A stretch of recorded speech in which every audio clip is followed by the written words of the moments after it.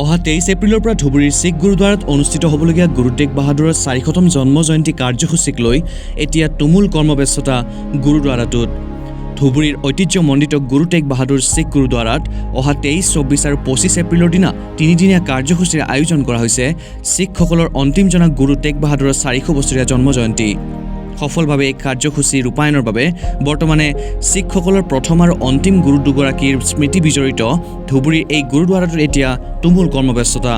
400 বছৰীয়া এই জন্ম জয়ন্তীৰ কাৰ্যসূচীত অংশ ল'বলৈ 23 তাৰিখে সুদূৰ পাটনাৰ পৰাও শিখ ভক্তসকল আহি উপস্থিত হোৱাৰ কথা।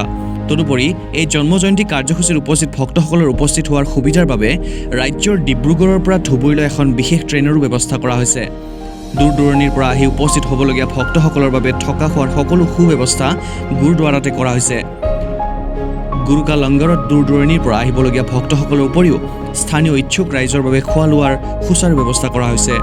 চৰকাৰী কোভিড প্ৰটকল মানি গুৰু টেগ বাহাদুৰৰ 400 বছৰীয়া এই জন্ম জয়ন্তী কাৰ্যসূচীৰ আয়োজন কৰা হোৱা বুলি জানিবলৈ দিছে গুৰুদ্বাৰটোৰ প্ৰবন্ধক সিঙে।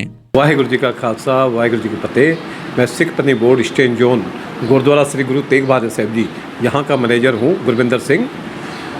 हम गुरु तेग बहादुर साहिब जी का 400 बार्थ एनिवर्सरी मतलब तेग बहादुर साहिब जी का प्रकाश पर्व 23, 24, 25 अप्रैल को मना रहे हैं, जिसके 23 तारीख को अखंड पाठ की आरंभता होगी और हमारे यहाँ मेहमान आएंगे जो बाहर से अमृतसर से अकाल तख्त के जत्थेदार। लेकिन उसके बाद में बीबी जगीर जो SPGC की प्रधान है बीबी जगीर कौर, और 10 बजे अखंड पाठ की आरंभता होगी और कीर्तन जत्थे जो बाहर से आएंगे। और 24 तारीख 25 तारीख तीनों दिन लगातार नगर कीर्तन दरबार चलेगा। गुरु का लंगर तीनों दिन चलेगा, लेकिन कुछ प्रोटोकॉल सरकार के हैं उसको मानते हुए हम गुरुपर्व मनाएंगे। एक स्पेशल ट्रेन भी चली है जो डिब्रूगढ़ टू धुबरी आ रही है, तो उसमें जो सिख संगत आसाम से जो आएगी वही आएगी। बाकी आसाम छोड़ के बंगाल से कुछ आ सकती है, बाकी शायद पंजाब या दिल्ली वहाँ से ये कोरोना करके नहीं आ रही। जो खबर मिलने में आई है वो संगत नहीं आ रही हमारी। कब से प्रोग्राम? ये 23, 24, 25 अप्रैल 25 को पड़ रहा है गुरु तेग बहादुर साहिब जी का प्रकाश पर्व। 24 को हमने DC साहब से परमिशन के लिए लेटर भी दिया है कि एक नगर कीर्तन हम धुबरी में मनाएंगे, लेकिन उसकी अभी देखिए परमिशन मिलती है कि नहीं मिलती या कोई प्रोटोकॉल। वैसे प्रकाश दिहाड़े के लिए तो हमने DC साहब से मीटिंग भी की थी, बाद में भी हम मिले हैं, तो उन्होंने कहा कि एक छोटा प्रोटोकॉल देके हम मनाने के लिए आप लोग को परमिशन देंगे। यहाँ पे शंकरदेव और गुरु गोविंद जी का मतलब ये स्थान ऐतिहासिक स्थान है जहाँ गुरु सबसे पहले गुरु नानक देव जी आए। आसाम के वैष्णव धर्म प्रचारक महापुरुष शंकरदेव और गुरु नानक देव जी एक साथ यात्रा की थी। धानपुर के बाद धुबड़ी आए, यहाँ बैठे, यहाँ से फिर एक साथ जोगी गुफा, हाजो, कमख्या, परशुराम कुंड तक गए एक साथ। यहाँ के बारे में उसके बाद 1666 में 9वें गुरु तेग बहादुर साहिब जी आए। उस वक्त पूरे हिंदुस्तान में मुग़लों का राज था। एक आसाम ऐसा राज हुआ जहाँ मुग़लों का राज नहीं हुआ। मुग़लों ने लेकिन कोशिश बहुत की। जो आसाम का जो इतिहास बताता है 1616 से लेकर 1671 तक 17 टाइम्स मुग़लों ने कोशिश की यहाँ का राज काम करने के लिए, लेकिन यहाँ जंगल था, मैजिशियन बहुत ज़्यादा था। इसके वजह से जो भी आता था या तो मारा जाता था या काला बुखार होकर मारा जाता था। राम सिंह 1666 में आया तो उसने गुरु तेग बहादुर साहिब जी को बेनती की कि हमारी रक्षा करो, क्योंकि यहाँ जो भी आता है जिंदा वापस नहीं आता। उनकी बेनती पे गुरु तेग बहादुर साहिब जी आए, पटना से हमें अपने परिवार को छोड़ा।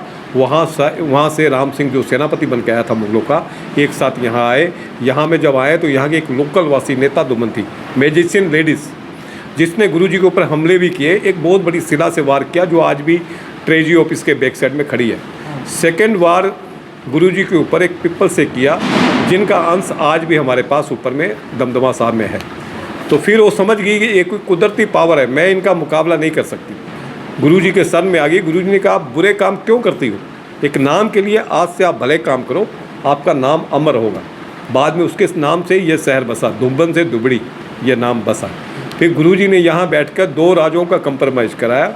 होम राजा चक्रधर प्रितपाल सिंह और जो मुग़ल सेना का सेनापति बन के आया था, आपस में गुरुजी ने यहाँ सुलह कराई। फिर यहीं थे तो गुरु गोविंद सिंह का जन्म हुआ। खबर मिली यहाँ पर पटने साहब से आई कि गुरु गोविंद सिंह जी का जन्म हुआ है। तो फिर दोनों राजे कहने लगे गुरुजी अभी हमें कोई सेवा बताओ, क्योंकि आप ना होते शायद कितना नुकसान होता, कितने लोग मारे जाते।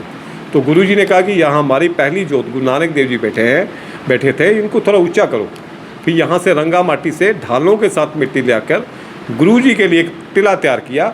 और गुरुजी 6-7 महीने यहाँ बैठे, तप स्थान है गुरु तेग बहादुर साहब जी का, इसलिए हम दमदमा साहब ही कह देते हैं यहाँ पर। उसके बाद में गुरुजी ने यहीं थे, तप कर रहे थे, तो त्रिपुरा का राजा राम मन के हुआ, जिनकी कोई संतान नहीं थी, उसको पता चला कोई महापुरुष आए हुए हैं, तो वो भी अपनी वाइफ को लेके यहाँ पर पहुँचा, सेना को लेके।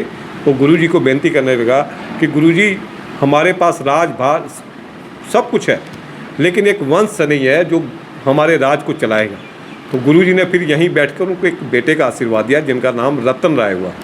जो पंजाब का इतिहास भी बताता है कि जो रतन राय जब बड़ा हुआ 1684 में आनंदपुर साहिब जाके गुरु गोविंद सिंह जी को एक प्रसादी हाथी, 5 कला शस्त्र, चंदन का चौकी और बहुत कुछ भेंटावा जो गुरु गोविंद सिंह जी को आनंदपुर पंजाब में जाके लेके आए थे। पंजाब का इतिहास ये भी बताता है जो हाथी था वो गुरु गोविंद सिंह जी और जो पहली लड़ाई हुई है पांवटा साहब में, वो हाथी कानन बना था।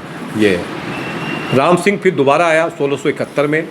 आप लोग सभी जानते होंगे 1671 में जो सराय घाट की लड़ाई, वही राम सिंह 2 टाइम्स आया। फर्स्ट टाइम गुरु तेग बहादुर साहब जी ने कंप्रोमाइज़ कराया, तो सेकंड टाइम 1671 में आया, औरंगजेब ने दोबारा भेजा, जो सराय घाट की लड़ाई हुई। उनके बाद मुगलों की यहाँ आने की हिम्मत नहीं पड़ी। ये इतिहास है यहाँ का जुड़ा हुआ है। धुबुरीৰ পৰা ৰাখো হুছেইনৰ ৰিপৰ্ট, নিউজ নেষ্ট।